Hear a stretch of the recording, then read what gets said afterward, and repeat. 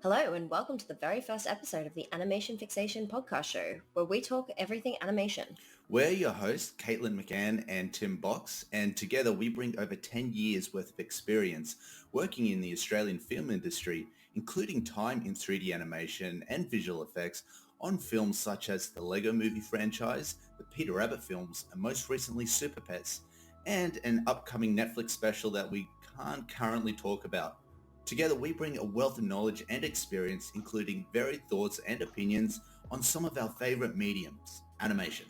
For this very special first episode, we are taking a look at a somewhat controversial film, Ralph Bakshi's 1978 animated version of The Lord of the Rings. For those who haven't read J.R.R. Tolkien's classic or seen Peter Jackson's magnum opus of the same name, the film follows the epic journey undertaken by a simple hobbit by the name of Frodo Baggins and his group of friends to destroy the One Ring, which, if returned to its evil master, would ensure the destruction of the free world. With the help of the wise old wizard Gandalf, they must face unparalleled dangers and overcome great fears. It's an absolutely incredible story that has been entertaining fantasy and adventure lovers alike for decades. But the question is, does the film hold up? Does this do the timeless tale justice? Well, while technically a commercial success, raking in over $30 million at the box office on a $4 million budget, this film seems to have slipped into obscurity over the years, only to be brought back into the public eye by animation and retro films alike. Had you even heard of this film before watching it, Caitlin? No, this is the first I had heard or seen this film. Yeah, I get that a lot. I'd only heard about this film after watching some online reviews about it. I've always loved the Peter Jackson films and I've always enjoyed the story, but I hadn't really been made aware of any sort of animated version. And to hear about it, it's actually really quite exciting. It is. To get to see more of Tolkien on screen for me is always a plus. So having this whole other version of Lord of the Rings that we can look at and refer to, that for me was really exciting to go into this film. Absolutely. But like when you think animation, Lord of the Rings, you think, something grand and spectacular. Watching this film, what did you think of the look/animation style of it? I found it quite interesting to watch, actually, because it does have this very unique style where part of it is, traditionally 2D animated, and then you also have this rotoscope style where they have gone over the top of live action actors. I don't think it works well together. I can understand why they've done it in the fight scenes. It kind of can make that a bit easier, but I think it is overused in the film. Particularly in the Prancing Pony, the patrons I don't think needed to have this rotoscoping applied, and it's quite jarring to see two characters next to each other where one is a completely different animation style to the other. Yeah, I guess you could compare it to the Roger Rabbit film where you have live action alongside of animation. But those are two completely different mediums that did gel well together. With Baksh's Lord of the Rings, when you have rotoscope along with regular cell animation, because they're still animation styles, they really do clash, especially when they're in the exact same frame as each other. And like you said, the Prancing Pony is a great example of this, because on one side you have the hobbits that it is a kind of simple design that they have, but then you have all the details that are hand traced over these rotoscope characters, and it is very jarring. Even the colors from the rotoscope characters to the cell characters really do clash. Nothing about that really worked. I think it could have been a lot more effective if they had limited the use of the rotoscoping to just the Nazgul, because it does give that really creepy kind of effect. It was quite jarring to watch, but having just these supernatural scary beings that are hunting down the hobbits, having them in that rotoscope style and just them, I think would have actually been quite an effective technique, because it would have really added to that creepy they're not quite right vibe as they're hunting the hobbits down. I think that would have made for a much more effective tool. I hadn't actually considered that. That's actually a really, really good point. Correct me if I'm wrong. You know a lot more about Lord of the Rings than what I do. The Nazgul are kind of they're in a different plane of existence, right? Kind of, yes. So because they are human kings who are corrupted by the 9 rings given by Sauron to 9 human kings, they are essentially kind of like an undead. They're sort of a spirit, but they're also physical. So they are ring wraiths. So they fall into this wraith Right. category. Well, yeah, then using this sort of rotoscope technique, that would actually be quite fitting for the Nazgul. But for the scenes where we're actually seeing characters close up, it really does clash too much. But you also did make another good point that Yes. it is effective for the large crowd scenes. Because, I mean, it was a very clever way to save money. Instead of hand drawing all these characters, Yeah. you're able to do it a lot quicker and a lot cheaper by doing it in rotoscope. But then you also have this other strange effect where they use the live action footage. This is more prevalent at the start of the film, where they do this intro, which is very, very similar to Peter Jackson's Lord of the Rings, which did take a lot of inspiration from Bakshi. Yep. But they used a lot more live action elements with this interesting filter over the top. It looks like shadow It puppets. does, and at times it comes off looking very, It very does. cheap. But again, it didn't have a huge budget. Now, Yeah. we've talked about the Nazgul. What are your opinions on the other characters in the film? I feel that the character moments weren't really there in this film. It seems like it was a film made for existing fans of Lord of the Rings. It was showing you a series of events that happen.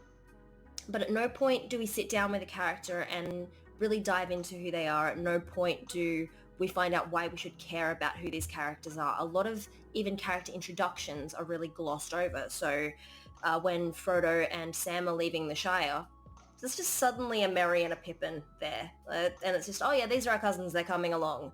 There's not really any introduction to who they are or why we should care. They just suddenly appear. When Merry and Pippin are running away from the orcs that have captured them and they run into Fangorn Forest, you kind of see them climbing a tree and start screaming. The next thing you know, they're walking along having a lovely conversation with Treebeard. We don't have any real introduction to these characters. We don't sit with them for any period of time. And so it makes it really hard, I think, particularly for new fans to come into this film and find something to latch onto, because it does move very, very quickly. And without having those character moments to really latch onto, I think it's going to really struggle with a new audience. When they're essentially squeezing 2 stories, 2 books into this one film, it's naturally going to be very choppy. Now, for people that have not seen this film, when this film was released, it was it was released with people assuming that they would be seeing the entirety of the 3 books in one film. Bakshi wanted to make multiple films, at least 2 films, but the studio said no one's going to want to pay for half a film as they saw it. So they made him condense it down into just one film, and that they weren't going to tell the public in any way that this is the first part, basically, which upset a lot of people. But back to the point. Yeah. When you're squeezing 2 very large books into a single film, you're going to have to do some culling from the story. But it does this to such an extreme that, like you said, you are literally just jumping from one point to another.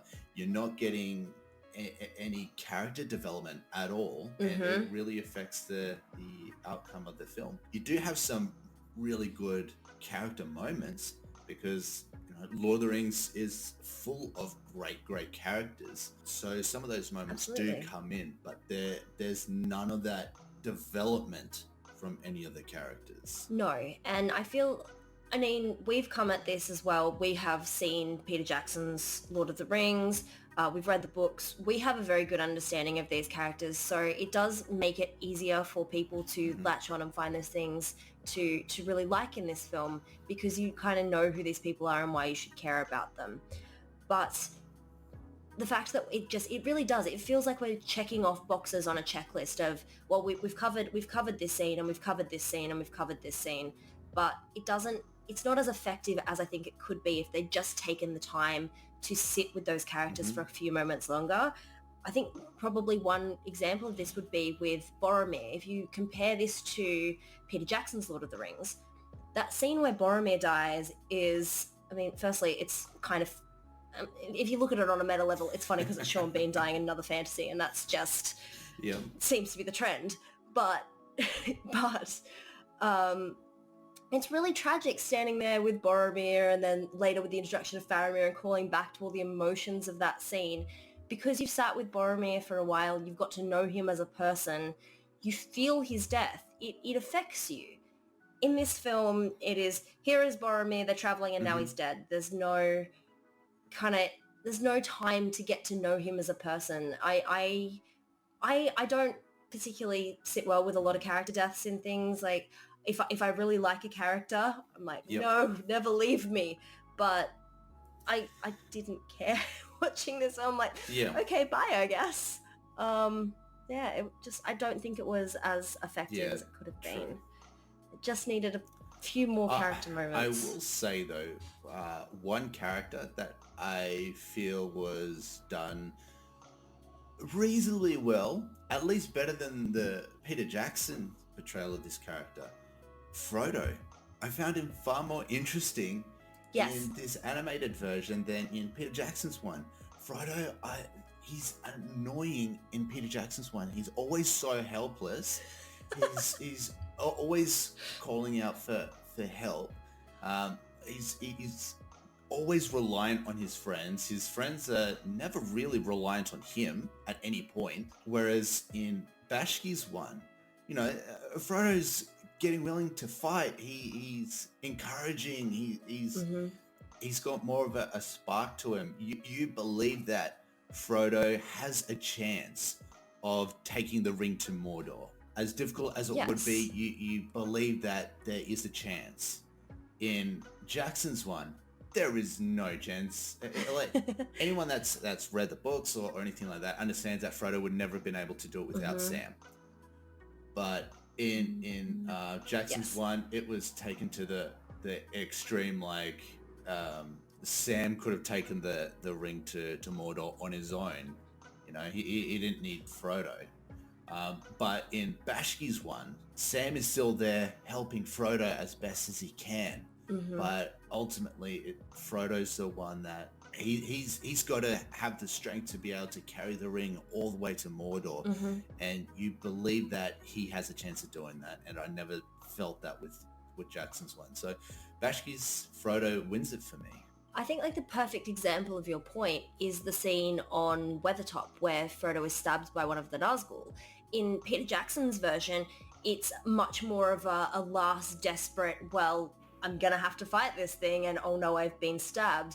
In Bakshi's version, Frodo's like Yes. running into battle with this Nazgul. He has no fear of it, and I think this comes down to a problem that I've seen in a lot of the Lord of the Rings content when it's been, put on screen, and that is that the hobbits, as smaller statured beings, seem to be infantilized in so many versions of the content, and they're not given the full agency of other characters, which is Mhm. very disappointing to see. But to Bakshi's credit, he absolutely treats the hobbits as full and independent characters who are there to make their own decisions. So I really do have to applaud it for that. Yeah, absolutely. What were your thoughts on Gandalf? um, um, I mean, I think that sums it up, but he kind of was just there, and I mean, actually, most of the time he wasn't there. He felt very out of place in Bakshi's Lord of the Rings. In Peter Jackson's version, he's really driving this along. He's providing the information. You have this emotional connection to him. In Bakshi's version, that's not there. It feels like he's just there to whip the plot along at convenient moments, and then they put him on a shelf when they don't need him. And I think the performance of Gandalf is probably what lets it down most for me. The animation of him, gesticulating wildly, going like, "You shall not pass," with just complete really deadpan. Yes. There's no emotion. How do you have that scene like, with no emotion? I guess it's not fair to compare Ian McKellen, his portrayal of Gandalf, to any other portrayal of Gandalf. But yeah, no. But this isn't even about that. You're absolutely right. Some form of emotion in that scene. You shall not pass. Mm-hmm. It's like, come on, it's supposed to send chills down your spine, and that never happens in that scene. And it takes away from the weight of the fact you are fighting a Balrog of Morgoth. Please, Actually, it's like, oh yeah, I do this every day. No, these things are old and terrifying and scary. Please make me feel this. What did you think of the design of the Balrog? I mean, again, as you said, it's kind of unfair to compare the versions because they are very different. Yeah. I don't think the design was as effective as it could have been. It definitely doesn't hold the same weight as Peter Jackson's. Like, that Balrog was scary. This kind of was missing some of that chill factor. But it was a decision that they went with, and it was the style they were going for, and it was okay. I kind of felt like ignoring Peter Jackson's one, which is very, very difficult.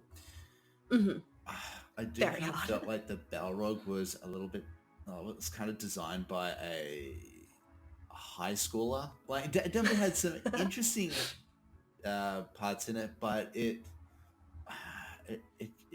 almost felt like a Dungeons and Dragons character, but it very, very dated. I feel dated is a word that really sums this film up. The designs, the animation, even some of the voice acting, it sounds dated. And it's interesting because there are actually some very well-known people in this film.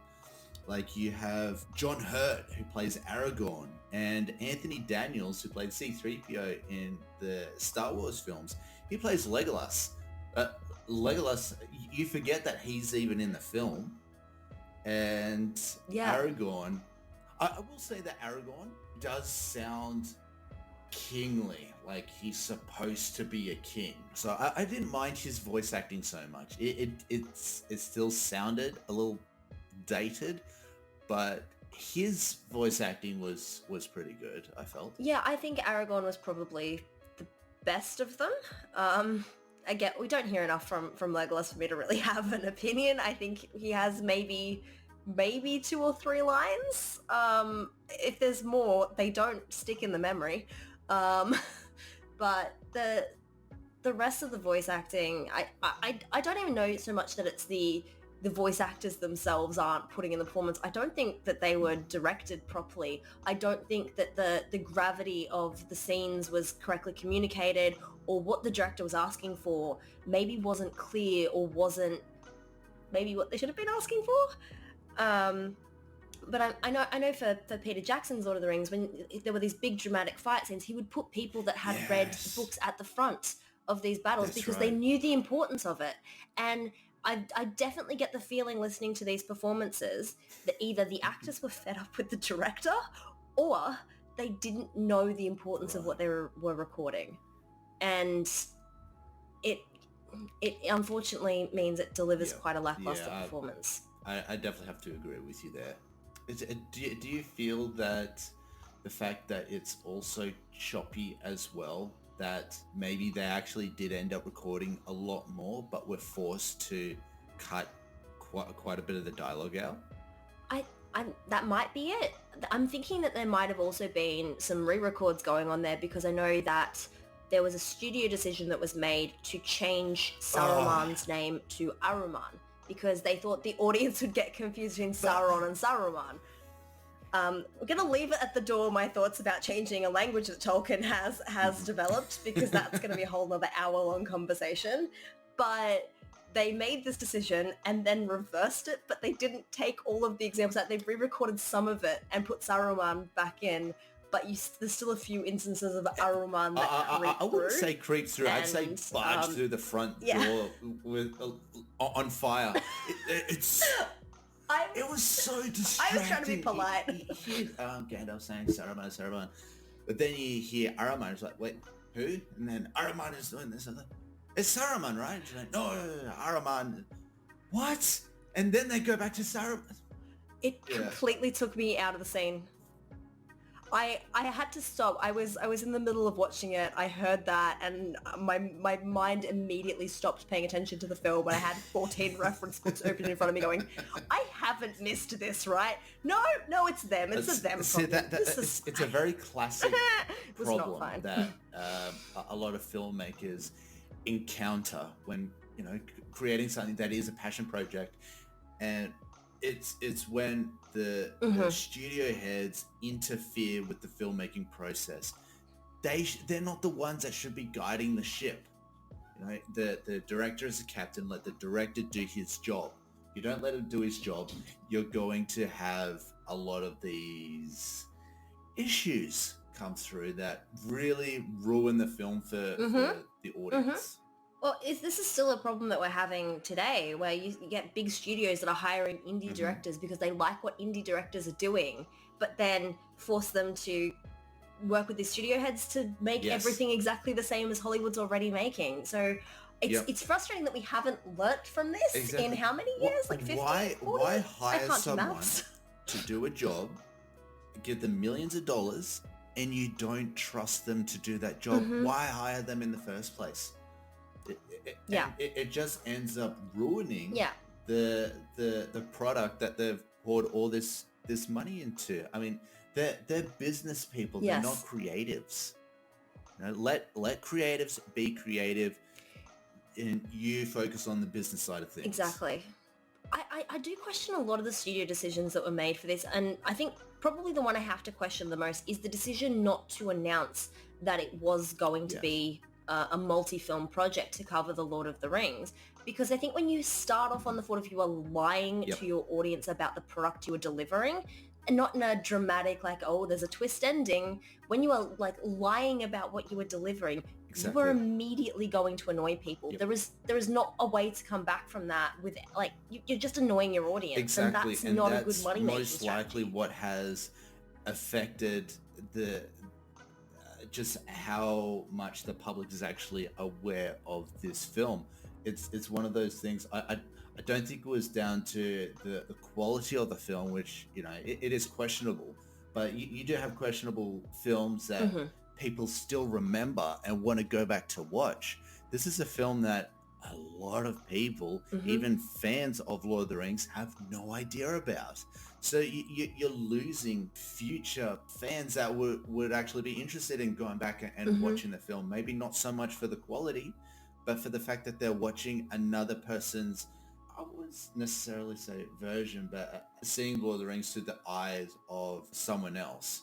And when you see the same story told by different people, it allows you to actually view it from different angles and consider things that you never actually considered before. Like with Peter Jackson, we all loved elves after watching it. We all wanted to take up archery. Oh yeah. Oh, trust me, I suck at it. I tried. As soon as we pick up a bow, it's like, I'm going to shoot like 3 arrows at once. I want to see how many arrows I can shoot in 10 seconds. But in Baksh's one, I won't say it really influenced me to do or change anything, but it did allow me to see it in a different kind of light. So, I mean, we kind of deviated a bit from the point there, but ultimately studios need to leave their creatives to do their job, the one that they're paying them for, and to trust them.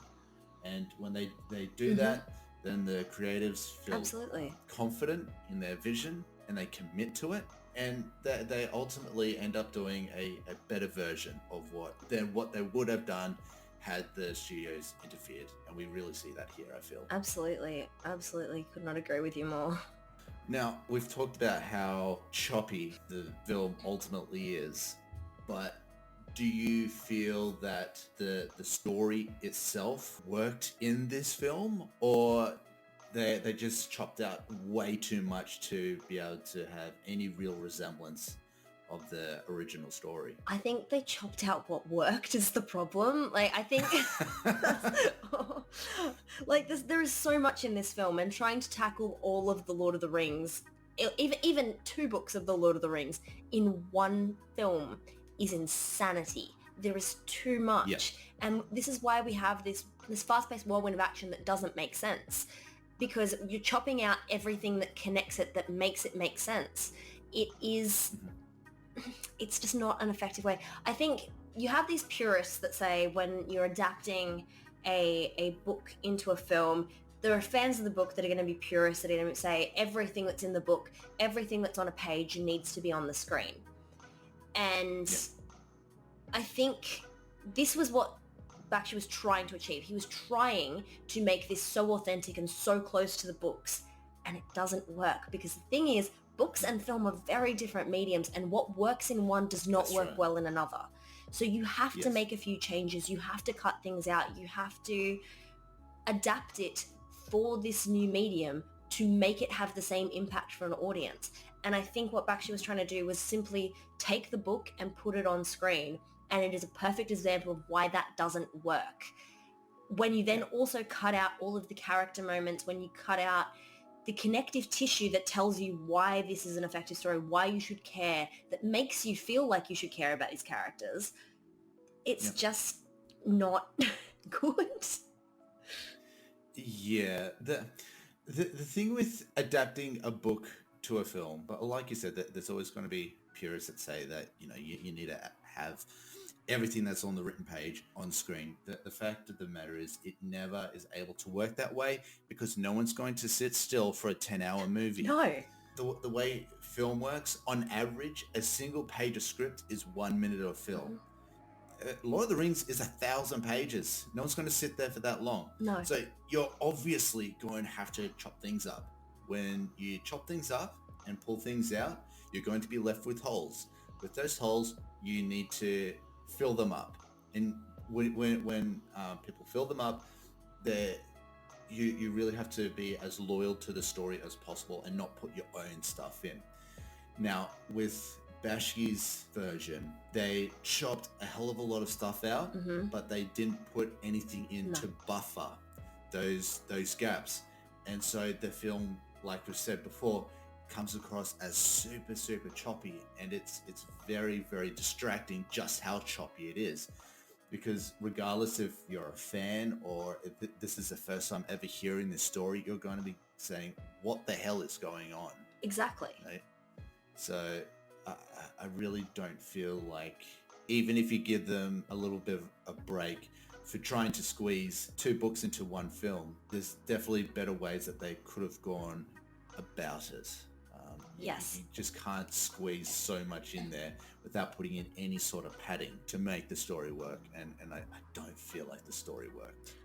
No, it takes out all the heart and soul of it. And I think heart and soul is a really big part of the Lord of the Rings. It's these people in this really desperate situation, this really critical situation, and they are just struggling to do the best that they can to try and save, their people, to save Middle Earth from this great evil that is so much bigger and more powerful than them. The image of this little hobbit facing up against this big, essentially mini god, that is a really powerful image, and you don't get it at all in this film. There is no sense of that at all.